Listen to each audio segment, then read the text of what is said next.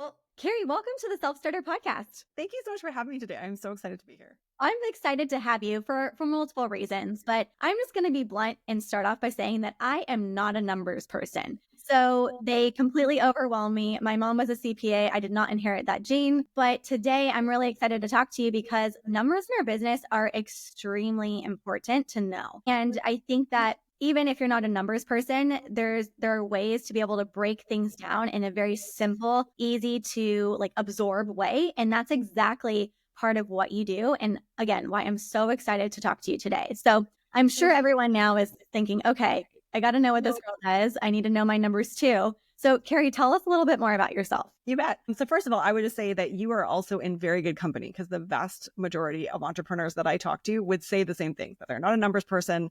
The numbers are not the thing that kind of excites them the most about their business. So I think a lot of people feel a little bit uncomfortable with saying that because they're like, oh no, that puts me in this weird category by myself. No, you're in the vast majority of people. So there is no problem there. So my name is Kari. I work as a kind of data consultant for all sorts of different online businesses. And I get to really dig into their numbers and help them figure out how to track them accurately, make sure that they're being tracked automatically because we're big on simplifying and automating as much as you possibly can so there isn't kind of manual stuff that needs to get done.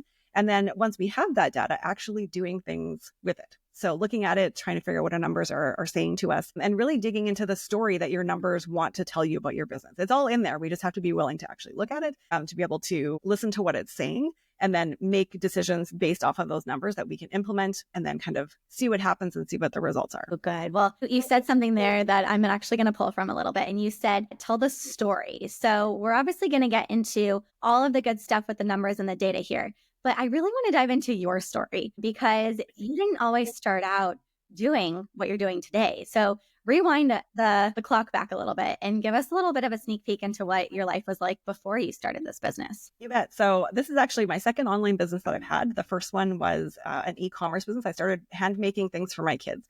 I had gotten really sick. We couldn't kind of figure out what was going on. And I lost a lot of my ability to do kind of normal mom and wife things. I was a stay-at-home mom. And I was like, I need to do something. I'm not someone who can sit and just do nothing. I needed something to accomplish. So I started making things, crafting things.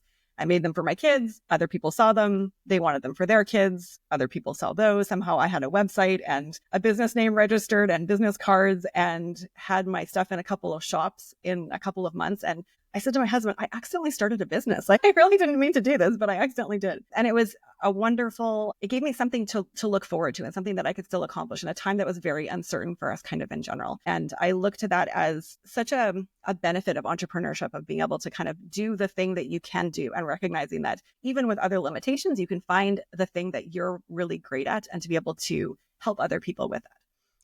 As I learned all of those things as I ran that business for a number of years, I realized that, hey, I could actually go and help other people with these same kind of skills and kind of stepped into digital marketing and helping other businesses kind of along that same path. And it's been a really interesting journey, kind of getting deeper and deeper into the online space and recognizing how important all of those numbers are when you're spending so much time and effort and energy on marketing these businesses that we really love. I didn't start off looking at my numbers when I ran the e-commerce business. I look at it now and think, oh my word, there were so many things that I could have done better. I mistakenly thought I would remember all of the things. I would remember, the dates of sales and how emails performed and things like that. And it turns out that you actually don't remember all of those things, especially when you have kids that you're juggling and other responsibilities and things like that. And so it's really kind of given me a passion for helping women specifically to have more comfortability with their numbers and to recognize the impact that it can have on their business. Even if it's not their favorite thing, there's small steps we can start with to kind of get us going down the path and start kind of building that muscle so it becomes more and more comfortable as we go.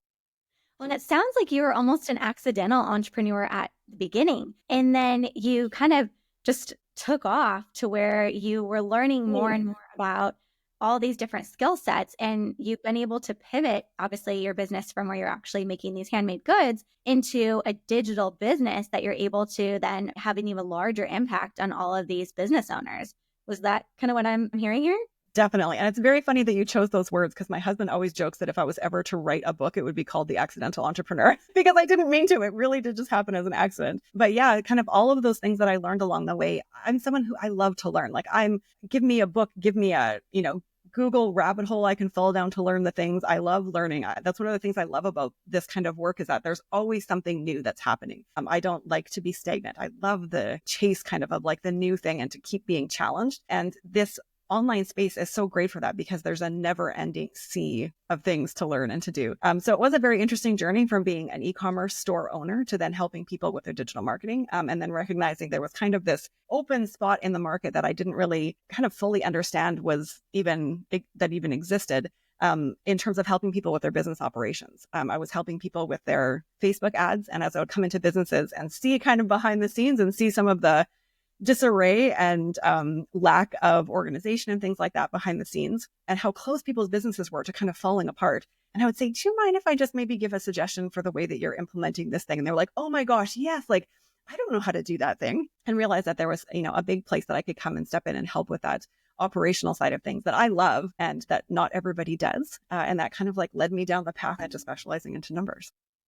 Now, this type of a mindset is not the way that everyone thinks. Like, not everyone thinks in an operational way like you do, but you're also a mom and you're managing a household. So I assume a lot of that mentality came in like your ability to, but basically streamline certain activities and things like that potentially had something to do with you also holding down the house. But where did this kind of organizational aspect that you were so good at really come from? That's a great question. I think I naturally always have kind of been that type of person. I was always kind of like the group leader and the person who organized the group projects and things like that, and did student council. And, I've always just kind of loved that. And then as I I worked in a couple of different nonprofits, and I started doing large event planning and things like that. And opportunities kind of just presented themselves one after another that, when I look back at it now, it really makes sense how it led to this particular place. I think it took a little while, though, to kind of find that right combination of things, and also recognizing that not everybody has that ability. And I think that sometimes when it's a skill that we have and it feels easy to us, we think it's something that's just easy for everybody. So an example that I always like to use is like copywriting. I know so many great copywriters who are so brilliant at what they do. I am not a copywriter. I love to have conversations with people, but when I try to put it down into written word, that is a tough one for me. That is always a challenge. It doesn't mean I don't ever do copywriting. It just means that I know that doesn't come as easily. And when it's our own skill, I think we tend to devalue that. And it's very easy to think, oh, everybody can do that. That's not a special thing. But we all do have those gifts and abilities that are either innate to us or we've kind of, built on over the years. And man, those skills are incredibly valuable when you find the right people who need that particular skill.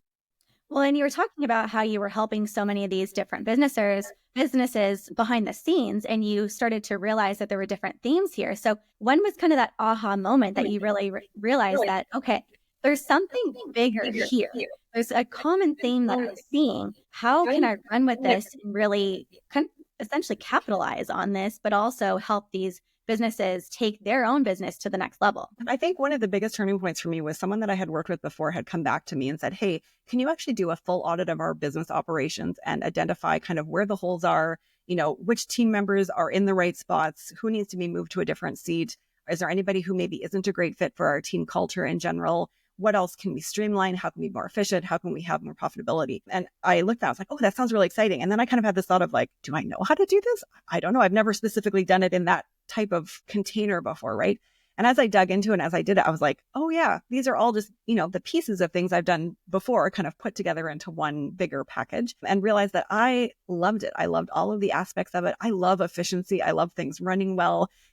I love when I can go to a restaurant and I watch the way they're functioning and everybody's working together and everything is seamless. That just makes me it brings me joy, which I know sounds super geeky, but I love seeing kind of everything functioning well. And, yes, that was definitely something that came into play in my family and with my kids when they were younger and things like that too. But then being able to take this and move this over into businesses and see that for people who didn't have those kind of natural organizational and operational skills, because they're visionaries and they're brilliant and they come up with ideas and are so creative and think outside the box, but like the structure and the systems, not their favorite thing. It was such a joy to be able to step in and to be able to help them see those pieces and to see them visibly exhale and find relief and be like, oh, okay, so I can keep doing the thing that I'm great at because I know that you can come in. Well, I know that I need someone like you in my life, but that will be a whole nother conversation for later. But I will say you said something that I really just want to highlight here, because you said that this business asked you to do a full audit of their own business and you agreed to it, but then you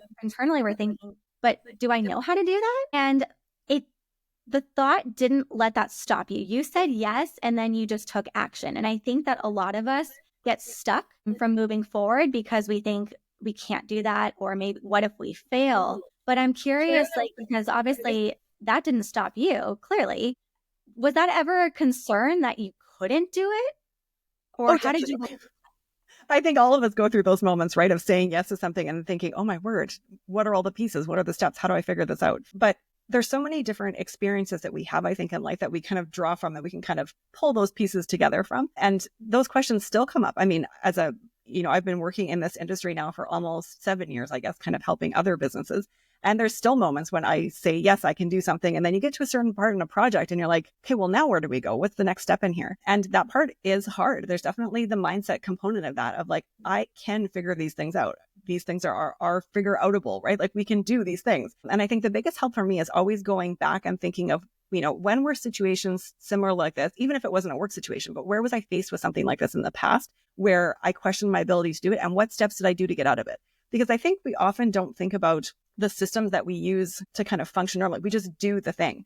But if you can kind of take a step back and look at it from like a 30,000 view, often there's like specific strategies that we use. So maybe it's, we list out all of the deliverables, and then we, maybe we have to dig into more information, or we need somebody to give us some pointers in a specific area, or maybe we just need to organize things differently, or maybe we need to, break one part of it down into smaller pieces. Everybody kind of works a little bit differently, which I've definitely realized as I've worked with so many different entrepreneurs, right? Like everybody's brain kind of functions a bit differently. But going back and kind of looking at your own experience and your own story kind of helps you to go back and create kind of a structure that you can use then, of like, okay, well, when I get stuck, this is going to be my next 3 steps to be able to kind of get out of it. That's amazing. And like you said, everyone's so different, but if you're able to take a step back and like you said, look at it from that 30,000 foot view and think about what have I done in the past that has like shown that I can do hard things, that I can accomplish this. It truly is about mindset. And I find personally that surrounding yourself with other people that are going through similar things and having a really good support group helps, as well as being able to kind of take that step back as well. So having that external and internal work simultaneously, at least that's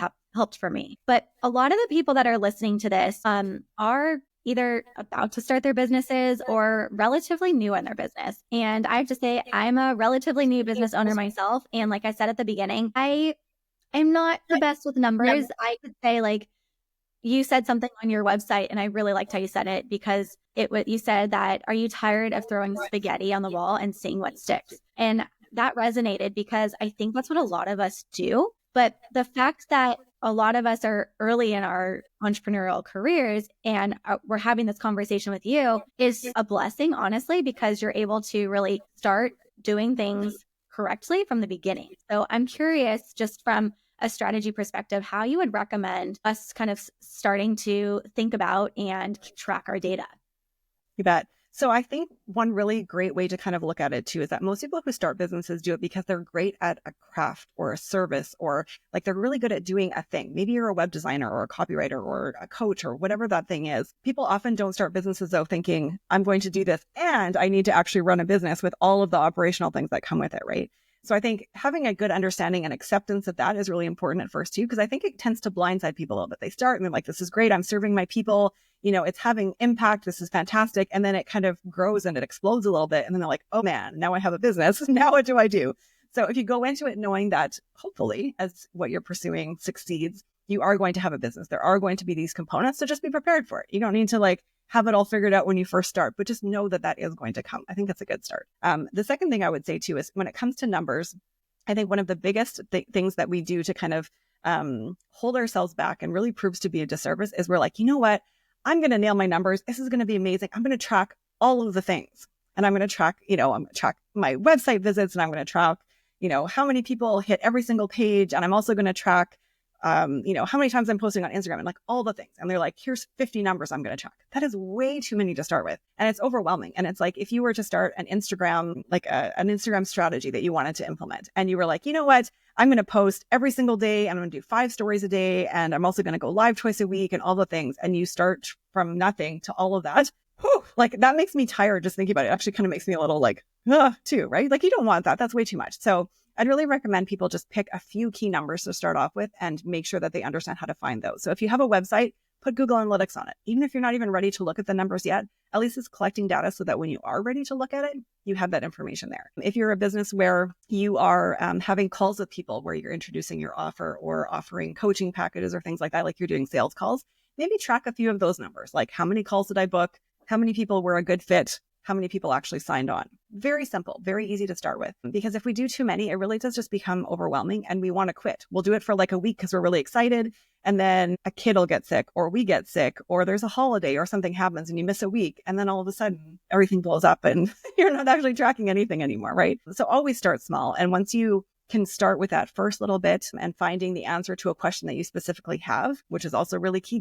If you find an answer to something, if you have a number, but it's actually not going to lead you to take any action, probably not a great number to be tracking, right? Because it's not actually going to lead to anything. So ask the question, what is it that I need to know? Figure out the very fewest numbers that you can to do it, and then just get used to doing that and build that muscle.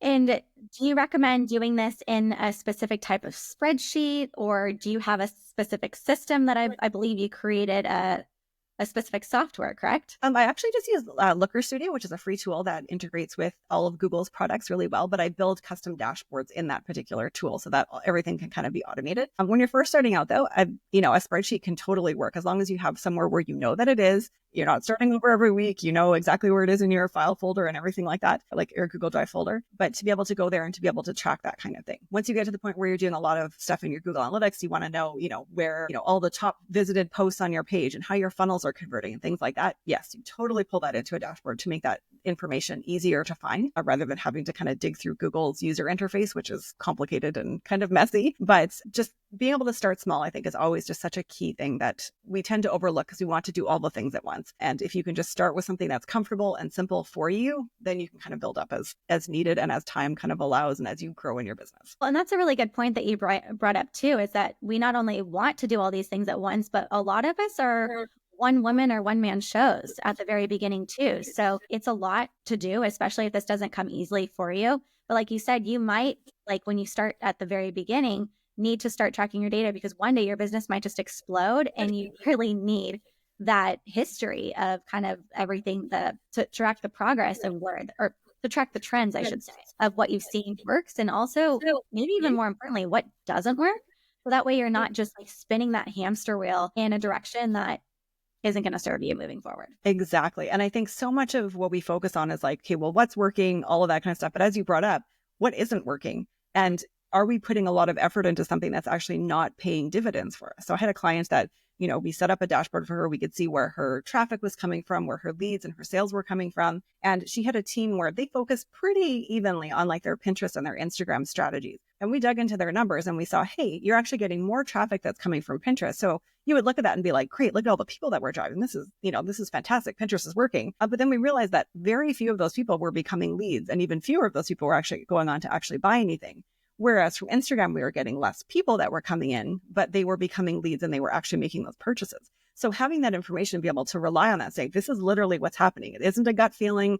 It's not just something that we kind of think is happening, but like, this is literally what the data is telling us. It enabled them to, they kept their Pinterest strategy going, but way pulled back because they still wanted the traffic, but they knew it wasn't, a huge driver of those sales and leads. And they really were able to refocus on Instagram and really focus there on what was working and the kinds of posts that were driving their people and everything like that.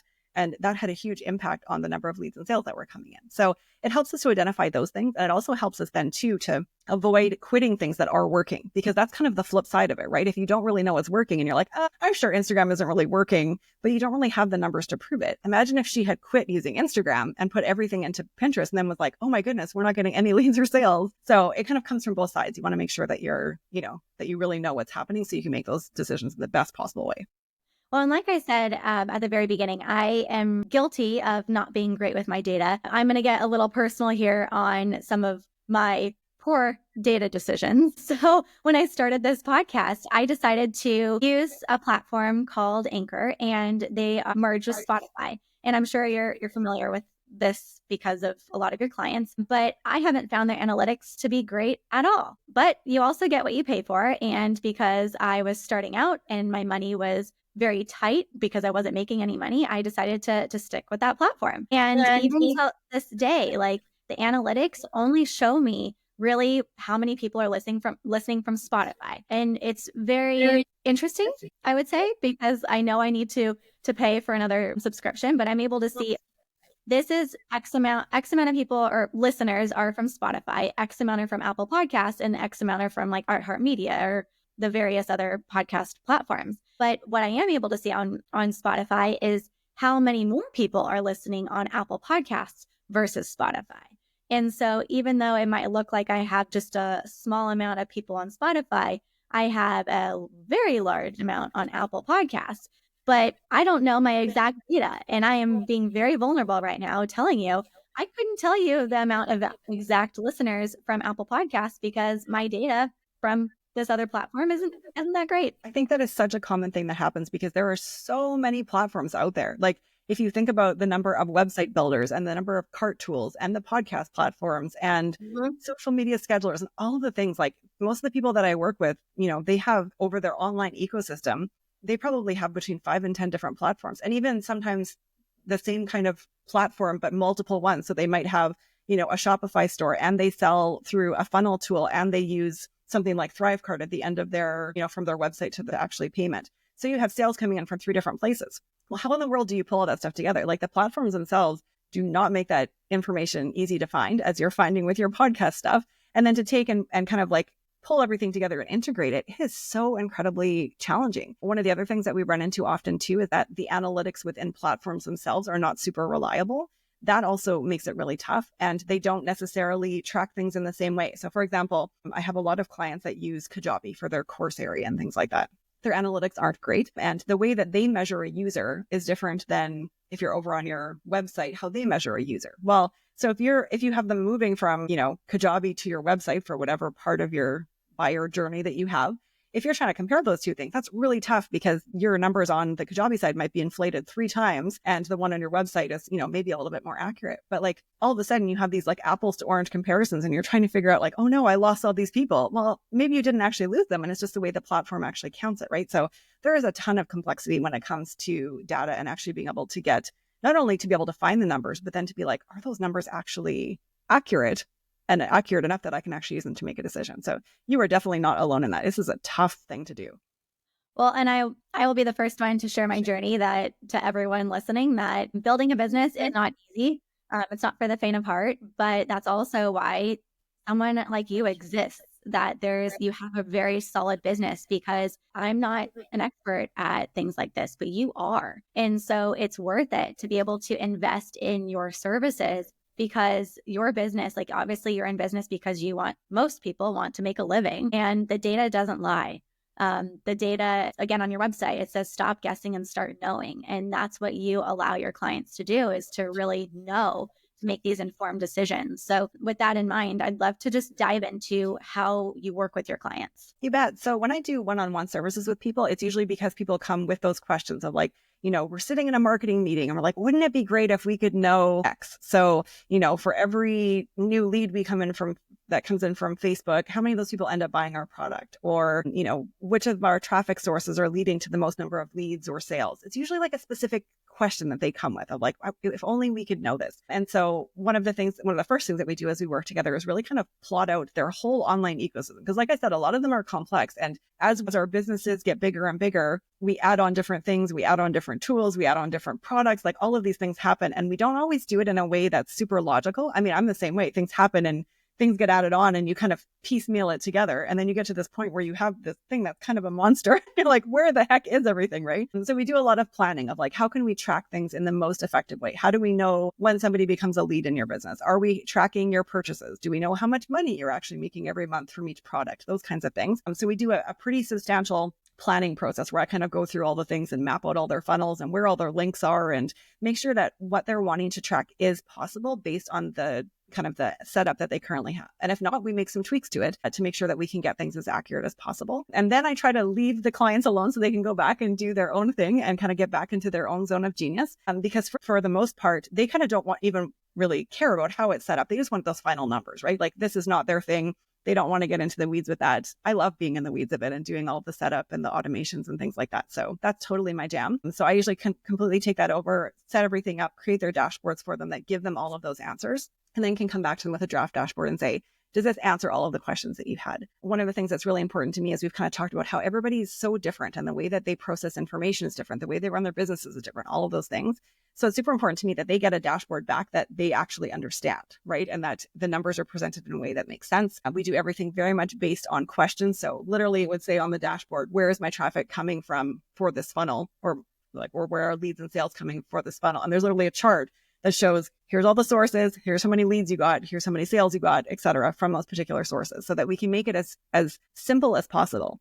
And this isn't I don't mean that in like a talking down kind of way, but like we really just want somewhere to be able to go for answers, right? Running a business is complex. Like you had said earlier, we're often juggling like 40 different hats of things that we're doing. And so the more simplified and the more easy to find information is, the more we're actually going to want to look at it and the more we're actually going to use it to make decisions, right? And so making sure that it really fits to that particular person or that person's team to really understand it well. That's super, super important to me. And we go through and we kind of like do any touch-ups to the dashboard, make sure they understand how everything works, all the questions are, things like that, and then offer ongoing support if necessary to kind of keep things up to date and help them analyze and make decisions if that's something that they kind of want help with as well. I also do now, I actually just purchased another company that has that's kind of an info arm on the same side of stuff that I do, which is really exciting. I was one of their first clients to go through a particular course that they offer. It's called Measure and Maximize, which I've now taken over. And I'm the one that's teaching and supporting in that particular course.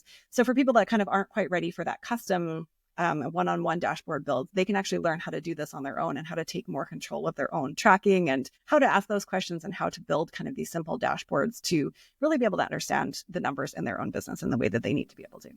Oh, well, first of all, congratulations. That's huge. Yes, it's still new. We just kind of made the public announcement. I don't even think it was a month ago. So it's been a lot of time with transition and things like that. But it's very exciting to me because I think this is such a need for women, especially to feel comfortable with this and to be able to learn this and to not feel like someone is like talking down to them, but to like encourage them and cheer them on as they do this. Because this is definitely outside of a lot of people's comfort zones. And so I'm really excited to be able to help more people in this way because there's only, when you're doing one-on-one work, there's like so many people that you get to help. This is really going to be able to let me be able to touch more people and to be able to support them more, which I'm really excited about. That's amazing. And I will have to include all the information on that because I don't think I put that originally in the show notes. So please send me that information. Oh. But I couldn't help but think about, like, I came from corporate sales prior to becoming an entrepreneur. And I was an account executive. So I was the one talking to people all day and selling. So I obviously had this quota. But like I said earlier, my brain doesn't think from an operational perspective. So what you do, literally, they had people called the sales ops people where they went in, they created all these custom dashboards for us. So that way, literally, I could go in, hit refresh, and I could see all of my data, all of my analytics, and look at that on a daily, a weekly basis to make sure that I was tracking towards my goals. And it was a game changer. And listening to this conversation, I don't have a dashboard for my own business. So it's definitely something that I'm now thinking about differently. And I'm saying that from like a genuine place because I know how impactful that was from an experience when I was in a completely different industry. And just because I'm no longer attached to a different company, I'm actually, I would say this is more important to me because now this is my own business. I need to know my numbers even more than I did when I was working in the corporate world. So this stuff is good. I'm so happy we're talking. Definitely. And, I think that's such a great point that you brought up that I think it's so great to be able to go somewhere and only have the answers that you need. And like, we've talked about, I really like numbers. I've always been comfortable with them. I love math. That's just that's the way I'm made. But even for me, if I'm going in somewhere, if I'm looking in a spreadsheet or going into the back end of Google Analytics, it is very overwhelming just because there's so much noise. It's like you're walking into a room and 20 people are yelling something to you. So maybe one of them is yelling like, Instagram traffic is up. And the other one's like, your sales are down. And another one's like, your funnel isn't converting. And like all of that's happening at once. And so when that happens, we basically just shut down, right? Like it's so hard to kind of like sort through all of that noise. So I use a dashboard in my business too, because like it's so noisy that I don't want to have to be distracted. If I'm like, I want to know literally how this opt-in is working in my business, I can go and see just that piece of information and not have to see a million other things that are happening, right? So it's not even just for the people who aren't comfortable with numbers. Even if you are, man, it saves so much time and mental space. Because again, we juggle 4,000 different things all the time, right? As entrepreneurs, which is an amazing skill set to have. But if we can quiet that noise a little bit and just make it a little bit more simple, man, it's so much more peaceful and relaxing and it enables you to be so much more proactive in your business rather than just reactive all the time. And it's so much more fun that way. All right. Now, speaking of being proactive, everyone obviously wants to learn more. So where can they go to learn more about what you're all about and potentially work with you? You bet. Yeah. So my website is just karipoppleton.com. Nice and easy. It's great to have an unusual name because it's easy to find it on all the platforms everywhere. I'm also on Instagram at Kari Poppleton as well. I love having these conversations. And if people have questions about, how to get started or things like that, I have lots of different resources that can kind of point them in the right direction, how to set up your Google Analytics, what to start tracking, that kind of thing. But it's really important to me to be able to help people figure this out. Like, enjoy this immensely. And I know that that does sound really nerdy, but it really does just make such a big difference in the way that businesses function and the way that we're able to step into our role as business owners with confidence. And I love seeing women win in that arena. Like, being an entrepreneur has so drastically changed my life. And I look back at the things that I have done, the way that I'm able to serve clients now, even in the midst of having physical limitations that prevent me from doing a whole lot of other things. But this has kind of opened my world up in a way that I could never have imagined. And I love seeing people kind of catch the entrepreneur bug and realize how much of an impact they can have on people when they step into their giftings and just be brave and be able to kind of take that next step into entrepreneurship and all that it has to offer. Well, I don't know how someone could listen to this and not get the entrepreneurial bug,